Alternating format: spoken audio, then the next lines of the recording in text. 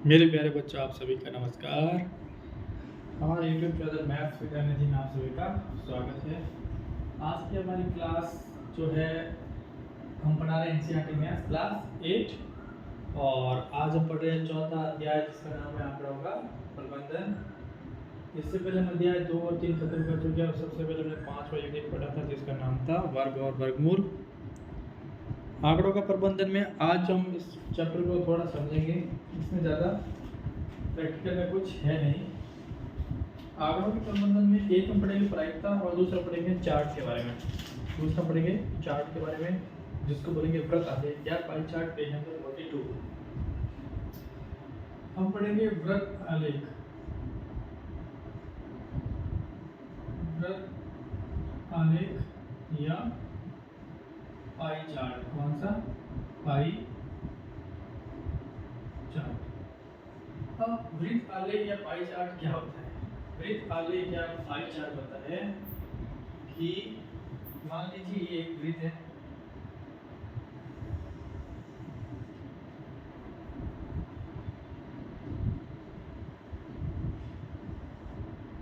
ठीक है, ये एक वृत्त है। इस वृत्त में अलग अलग हमें भाग दिए हुए हैं। मैं बता रहा हूँ किताब में दिए हुए हैं। मिडिल पॉइंट है, यहाँ से यहाँ दिया हुआ एक,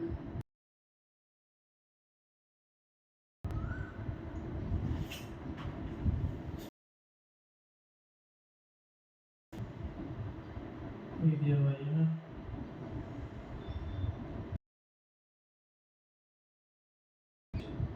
यहाँ पे दिया हुआ है स्लीपिंग, सोना, स्लीप, होल्ड नहीं, स्लीप।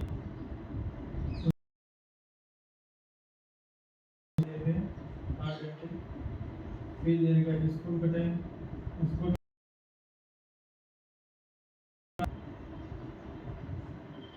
फिर देगा है खेल,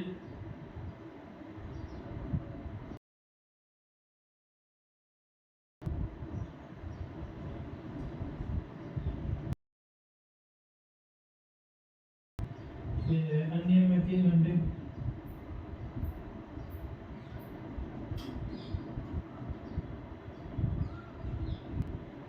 फिर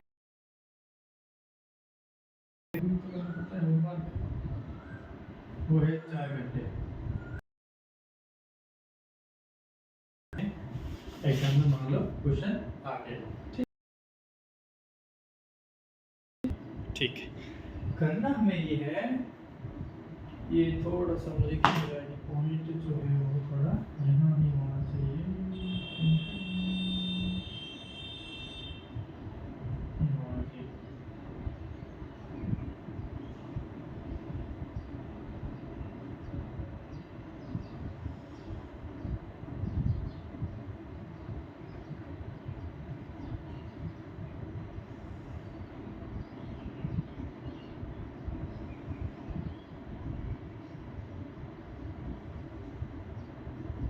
ये थोड़ा अब थोड़ा परफेक्ट हुआ है। सवाल क्या क्या आ सकता है? सवाल क्या आ सकता है? अब घंटे घंटे दिया तो हमें पता है कि पूरे दिन में कितने घंटे होते हैं? दिन में 24 घंटे। दिन में कितने घंटे हुए? 24 घंटे। इन 24 घंटों को इसने अलग अलग डिवाइड करा। देखो 8 6 14 3 17 3 20 50 24 घंटे। अब सवाल कहता है कि भाई सोने में कितने घंटे बिताता है? तो सोने में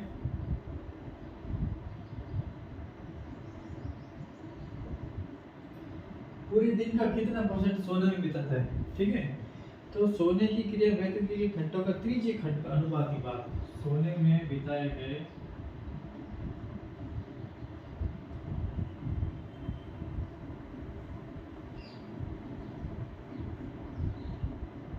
घंटे का त्रिज्यीय खंड। आप लोग ऐसा त्रिज्यीय खंड क्या आ गया? ये नया त्रिज्यीय खंड का मतलब होता है एक पूरे दिन में जो भाग हमने यहाँ पे मान लीजिए चाप काटा है, तो ये जो पार्ट हुआ ऊपर वाला भाग, ये भाग ये आपका त्रिज्यखंड है। त्रिज्यखंड कितना बनेगा, घंटे कितने घंटे सोने में बिता रहा है, 7-8 घंटे बिता रहा है, और टोटल कितने घंटे है, 24 घंटे। तो कितना त्रिज्यखंड बनाएगा, 8 एकम 8, 8 3 24, 1/3 भाग कितना बनेगा, 1/3 भाग।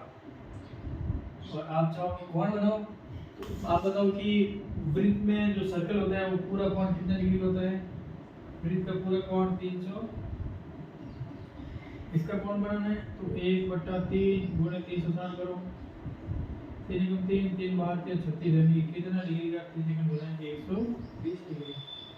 ये वाला एंगल कितना आ जाएगा, 120 डिग्री। 120 के लिए तो यहाँ से पीछे जाना पड़ेगा, ये 120 डिग्री बन जाएगा यहाँ से यहाँ।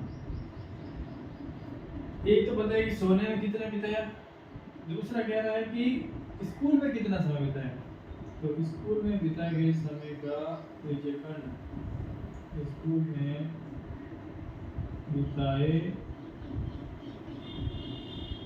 गए घंटों का जो अनुपात है,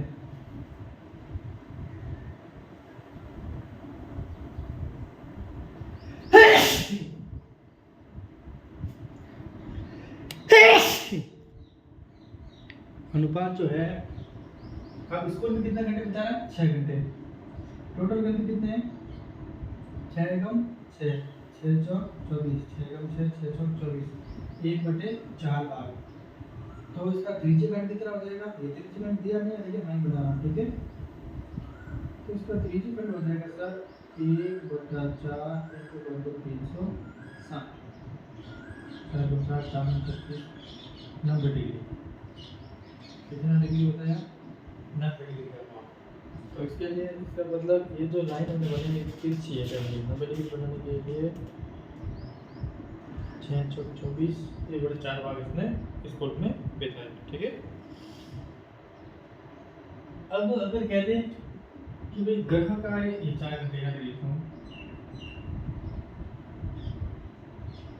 4 घंटे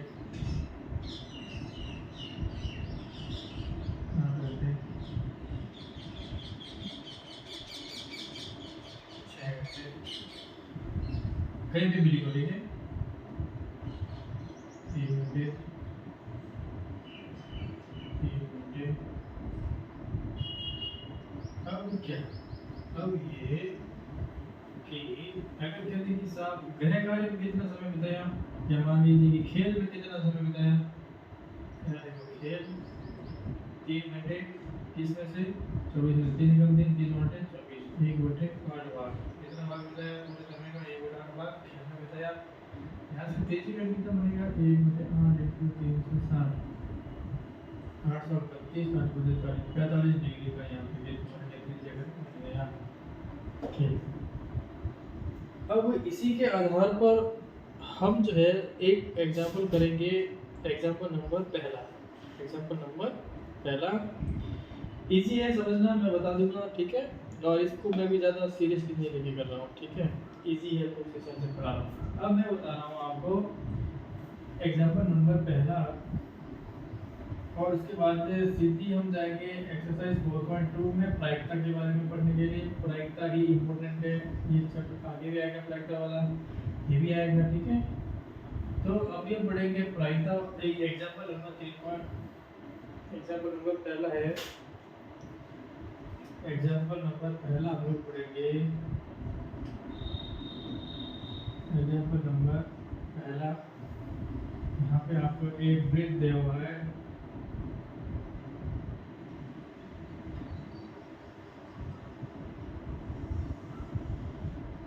ऐसा वृत्त नहीं होता है सर, सुधार करो अपने वृत्त में।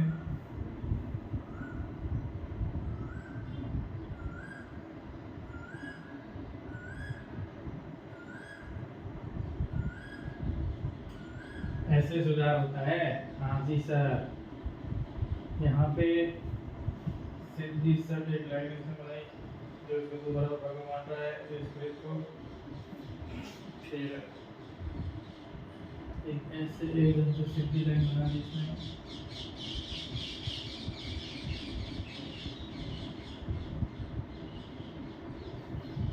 हाँ ठीक है, थोड़ा सा ऊपर लेना था और थोड़ा सा वाइड लेना था, ठीक है, मतलब यहाँ से लेना है, ठीक है।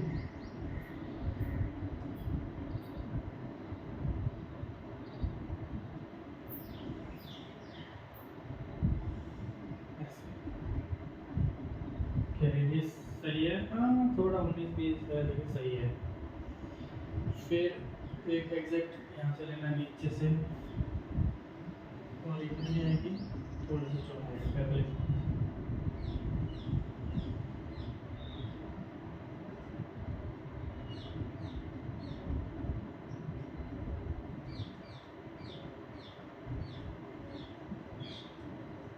राइट,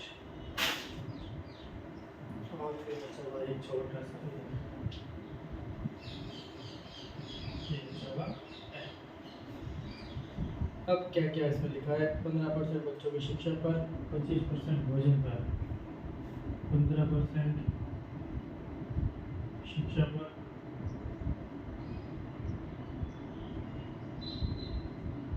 25%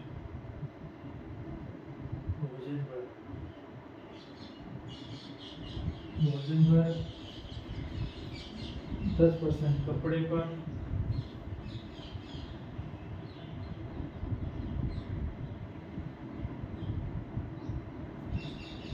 फिर इधर बोला है 15% बचत कर रहा है,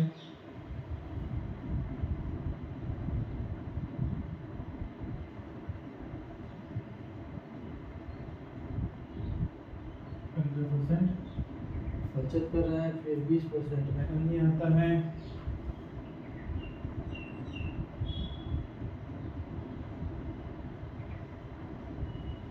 फिर 5% ट्रांसपोर्ट पर खर्च करता है, यानी आने जाने में, किराया,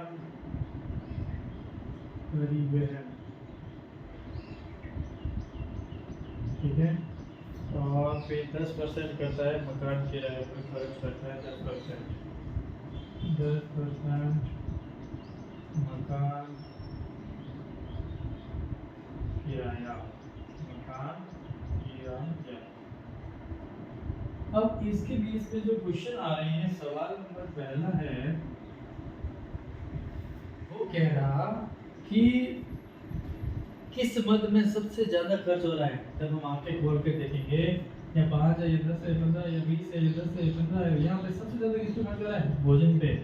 तो सबसे ज्यादा हो रहा है भोजन पर खर्च। किस पे खर्च हो रहा है सबसे ज्यादा? बस ये आंसर है, आपको दिमाग नहीं लगाना है।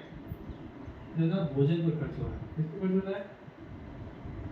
भोजन पर खर्च हो रहा है, ये इसका आंसर है। दूसरा क्या है कि किस मद पर हुआ खर्च जो है वो परिवार की कुल बचत के बराबर है। आप देख पा रहे हैं, बचत है 15, शिक्षा है 15, तो आंसर लिख रहा है शिक्षा। आंसर क्या लिख रहा है? शिक्षा। बस शिक्षा पर खर्च और डायरेक्टली तो बराबर है तो बचत, और दोनों कितना है? 15%। बस आंसर।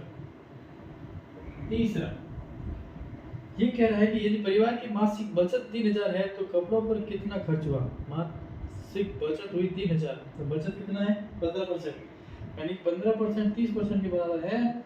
तो ये कह रहा है कि कपड़ों पर कितना खर्च हो रहा है? सर कपड़े पर हो रहा है 10%। यानी बच्चों मासिक बचत, मासिक आय या बचत, मासिक बचत अगर 3000 दे रखा है, मासिक बचत बराबर कितना दे रखा है? 3000। तो वो कह रहा है कि कपड़े पर कितना खर्च हो रहा है, ठीक है, कपड़े पर खर्च।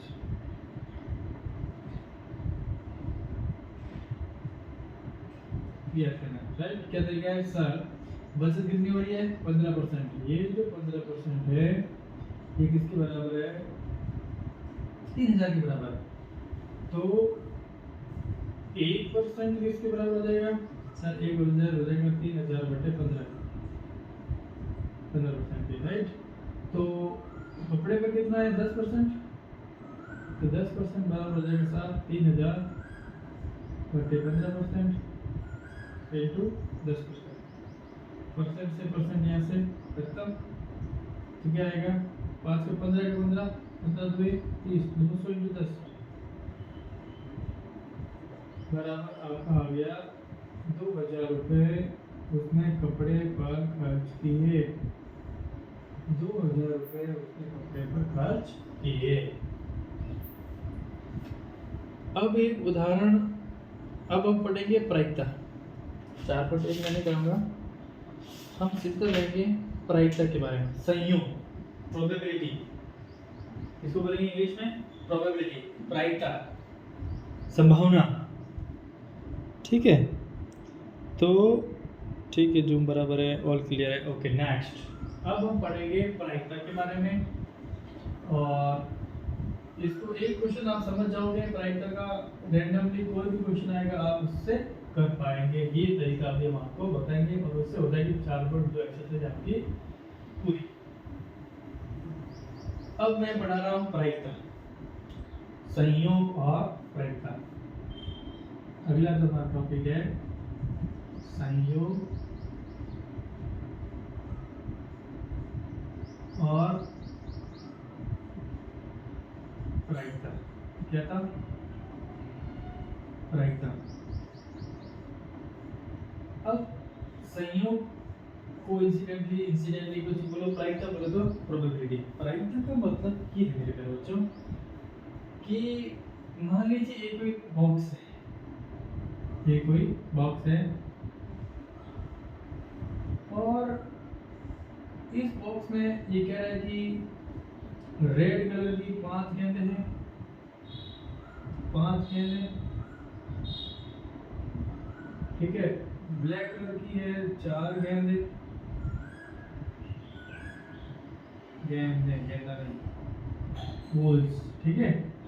और ग्रीन कलर की मान लीजिए 2 है, और रेड ब्लू ग्रीन और येलो कलर की मान लीजिए 5 और 11 और 1 4 गेंदें। कितनी है? 4 गेंदें। तो सवाल जो कहेगा, ये कह रहा है कि देखो कुल घटनाएं, प्रायिकता का पहले सूत्र लिख लीजिए यहाँ पे।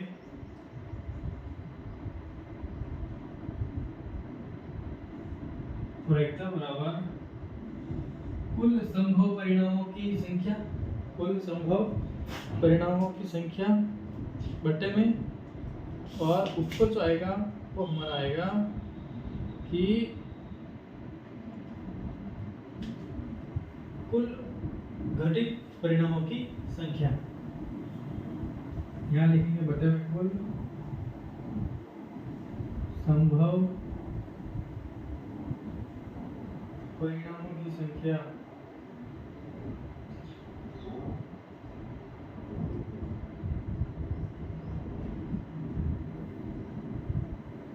यहाँ पे संभव कितने हो सकते हैं कि गेंदें क्यों पूछ रही थी? 5 4 9 2 11 और 4 15।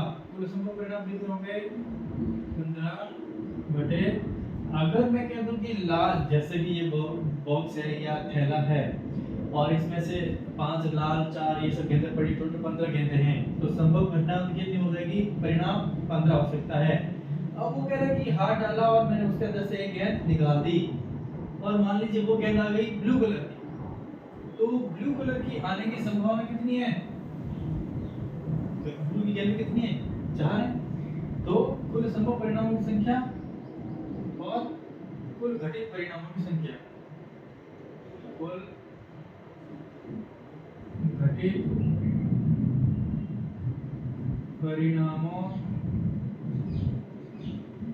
की संख्या। तो मैं कह रहा हूँ ब्लू आने की प्रायिकता, ब्लू की कितनी है? 4, और संभव परिणाम कितने हैं? 15। तो ब्लू आने की संभावना हो जाएगी 4/15, 4/15। ये है इसकी प्रायिकता का सूत्र। तो अब हम बताएंगे आगे सवाल जो ऐसे आते हैं। आपका एग्जाम्पल नंबर बता रहा हूँ मैं 3, ये तो आपने रैंडमली एग्जाम्पल दिया। अब मैं आपको बता रहा हूँ उदाहरण नंबर 3, ये इसको ऐसे रख देते हैं, ठीक है। और अब मैं बता रहा हूँ उदाहरण नंबर 3। उदाहरण नंबर 3, ये प्रायिकता का सूत्र है कि कुल संभव परिणामों की संख्या और कुल घटित परिणामों की संख्या का अल्फा। अब उदाहरण कर रहे हैं 3, एग्जांपल नंबर 3 कि एक थैले में 4 है लाल और 2 है पीली गेंद है। भाई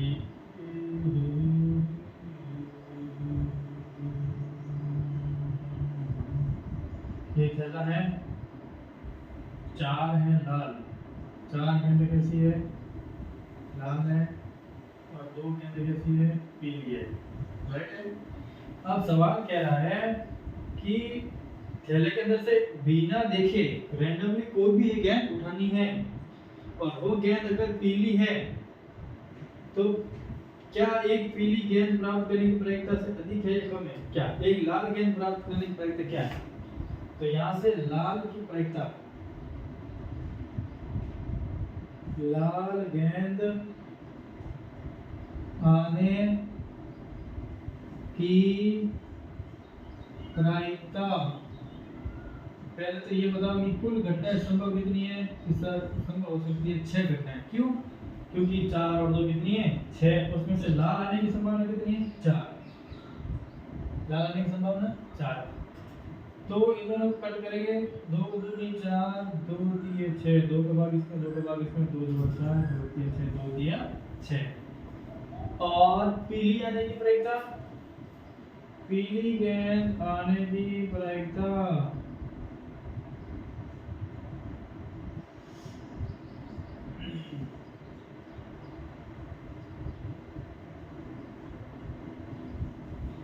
तो टोटल तो घटनाएं कितनी है, 6, पीली कितनी हो गई, 2, 2/3, 2/3। इसका गलत सवाल क्या है, जितनी लाल की संभावना है उतनी किसकी संभावना है, पीली की संभावना है। सॉरी 2/6, 2 2 3 6 यानी 1/3। तो ज्यादा संभावना किसकी है सर, लाल गेंद आने की प्रायिकता ज्यादा है, लाल गेंद आने की संभावना ज्यादा है। दो संख्याएं जो भिन्न हो, 2/3 और 1/3। सवाल अगर आपसे ये बोला जाए कि दो भिन्न की संख्या में कौन सी संख्या बड़ी है, कौन सी संख्या छोटी है, तो हमारे पास एक ही नियम है कि अगर किसी भिन्न का हर अगर समान है, उसका बेस अगर समान है, तो वो संख्या बड़ी होगी जिसका जो अंश है वो क्या हो, बड़ा। तो इन दोनों अंश किसका बड़ा है, 2 का बड़ा है, हर दोनों का सेम है। तो यहाँ लिखेंगे कि लाल आने की संभावना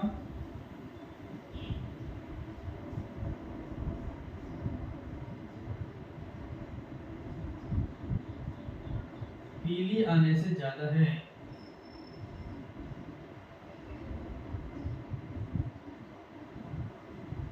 आने से ज्यादा है। क्यों? क्योंकि लाल का मान ज्यादा है, 2/3।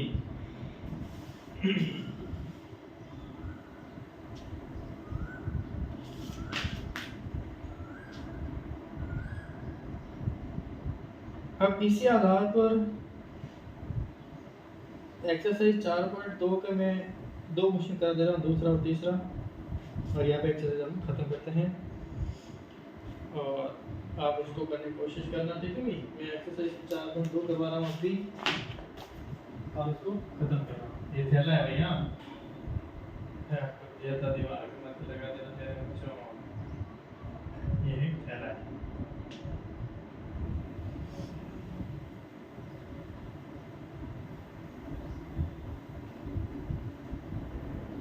राइटर का सूत्र याद करना जरूरी है, ऐसे लिखेंगे। पहली बात तो ये, अब हम शुरू करें एक्सरसाइज 4.2। सवाल नंबर करवा रहे हैं हम लोग दूसरे का पहला सवाल। दूसरे करवाने से पहले मुझे बताओ कि एक जो पासा होता है उस पर कितने नंबर अंकित होते हैं? अंकित संख्या। पासा कभी देखा है आपने, कौड़ी पासा, कितने नंबर होते हैं उस पे? 6 अंक होते हैं, 1 2 3 4 5 और 6। कैसे? कि मान लीजिए 2 पासे हैं, घटाना पड़ेगा ना सर।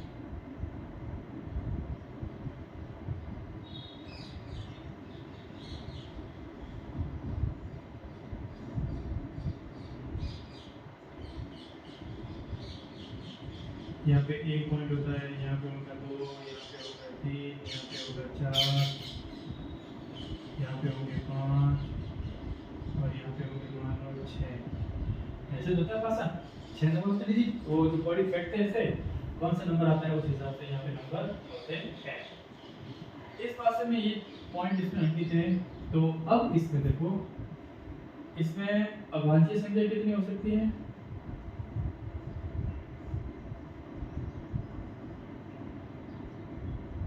तो सर अभाज्य संख्या है 2, 3 और 5। अभाज्य संख्या कौन कौन सी है? 2, 3 और 5।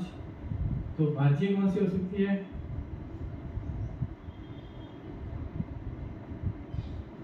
एक,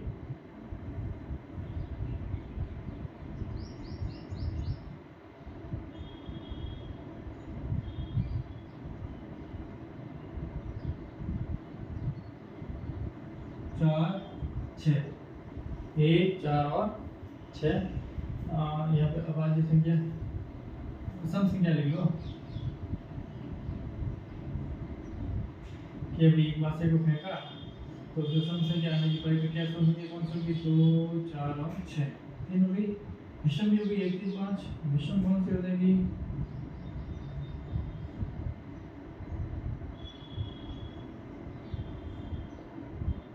1, 3 और 5। विषम संख्या कौन सी हो जाएगी? 1, 3 और 5। तो ये कह रहा है कि एक अभाज्य संख्या, परिणाम बताना भाई हमको। तो एक अभाज्य संख्या कितनी हो जाएगी? 2, 3 और 5। ये आगे पहले का पहला अभाज्य संख्या है 2, 3 और 5। फिर कह रहा है कि एक अभाज्य नहीं आए, अभाज्य नहीं आए तो भाज्य कौन कौन सी होगी? 1, 4 और 6। 1, 4 और 6। अगर अभाज्य नहीं आनी है तो भाज्य कौन सी होगी? 1, 4 और 6। अभाज्य नहीं आना है तो क्या हो जाएगी? भाज्य हो जाएगी 1, 4 और 6। दूसरा पहला आंसर है, पहले का यहाँ 1, 4 और 6 मैं बता दो पहला आंसर। दूसरे का पहला अभाज्य संख्या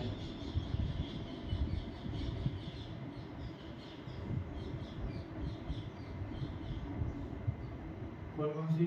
2, 3, 5। अभाज्य नहीं आने की संभावना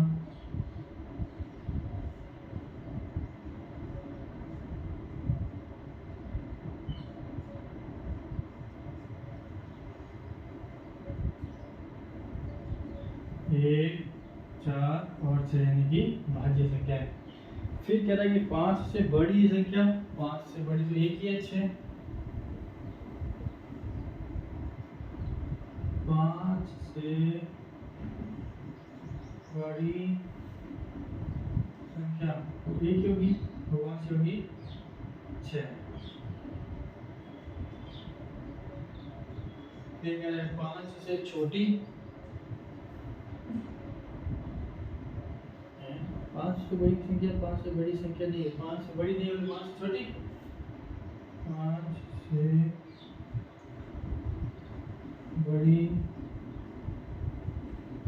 संख्या नहीं, इसका मतलब 5 से छोटी कौन कौन सी है? 2, 3 और 4। इससे बड़ी संख्या 1 है और वो कौन सी है? 6 नंबर। कितनी संख्या है टोटल? 4। ये आपका दूसरे का पहला क्वेश्चन हो गया। और इसी के साथ एक तरह से प्रैक्टिस यहाँ पे मैं इसको कंप्लीट कर रहा हूँ चौथे अध्याय को आज ही। ठीक है, कल के अध्याय में हम लोग पूछना पड़ेंगे, इसको तो भी होगा तो रैंडमली मैं देखूंगा पहले पिछले कुछ सालों में कैसे प्रश्न आए एग्जाम में, वो देख कर मैं आपको बताऊंगा इसको क्या करना है। ठीक है, ये इसको यहीं पे आज की क्लास में तो इसको खत्म करते हैं। तो आज के लिए इतना ही, मिलते हैं फिर नेक्स्ट कल। Thank you.